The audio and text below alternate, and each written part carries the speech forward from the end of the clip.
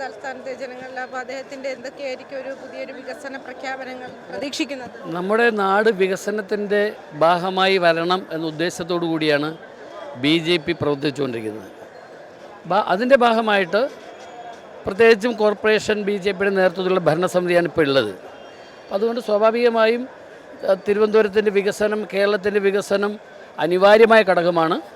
അതിനു വേണ്ടിയിട്ടുള്ള പ്രഖ്യാപനങ്ങൾ പ്രധാനമന്ത്രി ഭാഗത്തുണ്ടാകും. മാത്രമല്ല, നിങ്ങളൊന്ന് ആലോചിച്ച് നോക്കണം, ലോകം മുഴുവൻ ശ്രദ്ധേയനായ ഒരു പ്രധാനമന്ത്രി തിരുവനന്തപുരം കോർപ്പറേഷൻ നടക്കുന്ന തെരഞ്ഞെടുപ്പുമായി ബന്ധപ്പെട്ട് വന്നപ്പോൾ 45 ദിവസം എന്നാണ് പറഞ്ഞാൽ, ഇപ്പോൾ 27 ദിവസമായപ്പോൾ ഇവിടെ വരുന്നുണ്ട്. അതിൻ്റെ അർത്ഥം എന്താണ്? കേരളത്തോട്, നമ്മുടെ തിരുവനന്തപുരത്തോട് അദ്ദേഹത്തിനുള്ള താല്പര്യം, കേന്ദ്ര ഗവൺമെൻറ്റിന് താല്പര്യം എന്നുള്ള നിലയ്ക്ക് ഒരു സംശയം വേണ്ട, വളരെ വ്യക്തമായ നിലപാട് സ്വീകരിച്ചുകൊണ്ട് നമ്മുടെ കേരളത്തിൻ്റെയും തിരുവനന്തപുരത്തിൻ്റെയും വികസനത്തിന് വേണ്ടിയുള്ള സമീപനങ്ങൾ കേന്ദ്ര ഗവൺമെൻറ് സ്വീകരിക്കുമെന്നുള്ളതിന് യാതൊരു മാറ്റവുമില്ല. അപ്പം എല്ലാവരും പ്രതീക്ഷയോടെ കാത്തിരുന്നത് തന്നെയാണ് അദ്ദേഹത്തിൻ്റെ പ്രഖ്യാപനത്തിലൂടെ നമുക്ക് ലഭിക്കുന്നതെന്നാണ്. അതാണല്ലോ ഞങ്ങൾ തെരഞ്ഞെടുപ്പ് സമയത്ത് എന്താ പറഞ്ഞത്? തെരഞ്ഞെടുപ്പ് സമയത്ത് പറഞ്ഞത് എന്താ? നിങ്ങളൊന്ന് BJPയെ പരീക്ഷിച്ചു നോക്കൂ. ഇവിടെ UDFനെയും LDFനെയും മാറി മാറി പരീക്ഷിച്ചല്ലോ. എന്തെങ്കിലും സംഭവിച്ചോ? ഇല്ലല്ലോ. അവിടെ അഴിമതിയും അതുപോലുള്ള കാര്യങ്ങളാണ് നടന്നത്. BJP ഒന്ന് പരീക്ഷിക്കൂ എന്ന് പറഞ്ഞു. അത് BJP എന്ന് പരീക്ഷിക്കുന്നു.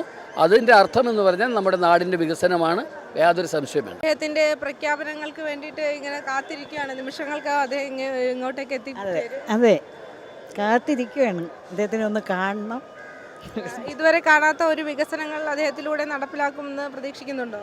ഉണ്ട്, പ്രതീക്ഷിക്കുന്നുണ്ട്. അതിനുവേണ്ടി തന്നെ കാത്തിരിക്കുന്നത്. ഭയങ്കര സന്തോഷമാണല്ലോ.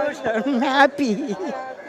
അതെ, ഇവിടെ തിരുവനന്തപുരത്തുള്ളത് തന്നെയാണ്. തിരുവനന്തപുരത്തുള്ളവർ തന്നെ. അപ്പോൾ മോദിജിയെ കാണാനുള്ള ഒരു ആവേശത്തിലാണ്. ആവേശത്തിൽ നമ്മൾ കാത്തിരിക്കുകയായിരുന്നു. വരവ് പ്രതീക്ഷിച്ചു. നിമിഷങ്ങൾക്കകം തന്നെ ഇവിടെ എത്തിച്ചേരും.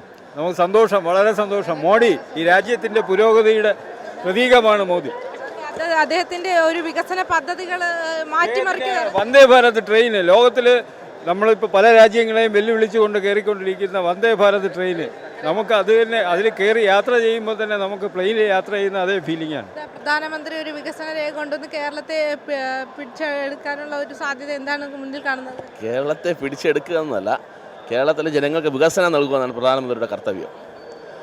വികസനം നടക്കുന്ന നമ്മുടെ നാട്ടിൽ വികസനം കൊണ്ടെത്തിക്കുക ജനങ്ങളുടെ. അദ്ദേഹം അതിനുവേണ്ടി BJPയുടെ കൗൺസിലർമാർ 50 കൗൺസിലർമാരുണ്ട് BJPക്ക്. അതുപോലെ തന്നെ കോർപ്പറേഷൻ നമുക്ക് പിടിച്ചു കഴിഞ്ഞു. ആ കോർപ്പറേഷൻ മുഖാന്തരം വികസനം ജനങ്ങളിലേക്ക് എത്തിക്കുക എന്നതാണ് പ്രധാനമന്ത്രിയുടെ കർത്തവ്യം. ഇതുവരെ കാണാത്ത ഒരു വികസനമായിരിക്കുമോ ഇപ്പോൾ അദ്ദേഹത്തിൻ്റെ ഒരു രൂപരേഖയിലൂടെ നമുക്ക് കാണാൻ കഴിയുന്നത്? തീർച്ചയായിട്ടും നമുക്ക് പ്രതീക്ഷിക്കാം. എല്ലാവരും ആവേശത്തിലാണ്. അതെ, തീർച്ചയായിട്ടും നമ്മളെല്ലാം പ്രതീക്ഷയിലാണ്. നമ്മുടെ കേരളം വികസനത്തിൻ്റെ മുന്നേറ്റം തുടക്കം കുറിച്ചുകൊണ്ടുള്ള ദിവസമാണെന്ന് എല്ലാവരും ആകാംക്ഷയിലാണ്. ഇവിടുത്തെ ജനങ്ങൾ മുന്നണി നോക്കാതെ ഇടതെന്നോ വലതെന്നോ ഇല്ലാതെ അദ്ദേഹത്തിൻ്റെ ആ ഒരു നരേന്ദ്രമോദി എന്ന വ്യക്തിയെ കാണാൻ വേണ്ടി നിരവധി ആളുകൾ തടിച്ചു കൂടിയിട്ടുണ്ട്. അപ്പോൾ അതിനെക്കുറിച്ച് എന്താണ് പറയുന്നത്? നമുക്ക് ഈ ജന്മത്തിൽ കിട്ടാത്ത ഒരു പ്രധാനമന്ത്രിയാണ് നമുക്ക്. അത് അത്രയും സന്തോഷകരമാണ് നമ്മുടെ പ്രവർത്തകർക്കും ഈ ഇന്ത്യക്കാർക്കുമെല്ലാം. അദ്ദേഹം നമുക്ക് ഈ നാട്ടിൽ കൊണ്ടെത്തിച്ചിരിക്കുന്ന വികസനം പല സംസ്ഥാനങ്ങളിലും അത് നമുക്ക് അറിയാവുന്നതാണ്. മറ്റ് സംസ്ഥാനങ്ങളിലെ പോലെ കേരളത്തിലെ ഒരു വികസനം ഉടൻ തന്നെ ഉണ്ടാകട്ടെ. തീർച്ചയായിട്ടും ഉണ്ടാവണം. നമ്മുടെ മക്കൾക്ക് അത് പ്രയോജനം ചെയ്യും. തീർച്ചയായിട്ടും വികസനം തീർച്ചയായിട്ടും ഉണ്ടാവുകയും ചെയ്യും. അപ്പോൾ ഭയങ്കര ആവശ്യത്തിലാണ് എല്ലാവരും. ആ മോദിജിയെ കാണാനുള്ള ആവശ്യത്തിലാണ് അല്ലേ? തീർച്ചയായിട്ടും. നമസ്തേ.